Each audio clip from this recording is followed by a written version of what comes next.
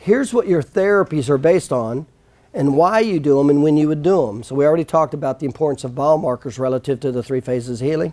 Well, I call this the 4 dimensions of an injury. So here's what happens.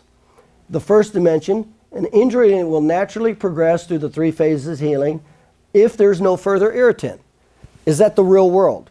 No, because we have to do stuff. We live dynamically. Okay? Number 2, second dimension. There's further irritation can initiate the inflammation. Further irritation can initiate the inflammatory response with tissue that has progressed into the repair phase, creating an inflammatory cycle while the repair cycle is in progress. So the first thing that happens during the inflammatory phase, what's your therapeutics? Inflammatory, pain, inflammation, muscle, okay? That's your therapeutic protocol.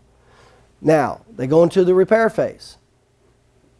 What therapies are you going to do in the repair phase? Well, they're based on active, passive, joint range of motion, right?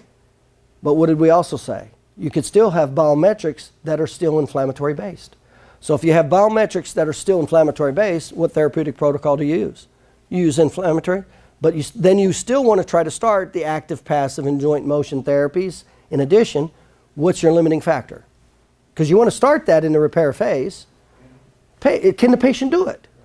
Can the patient do it without re-injuring themselves?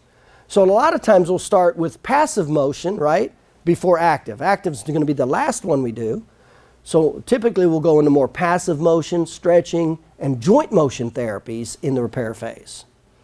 So because we can get away with that even if they still have pain without re-injuring them or flaring it up, right?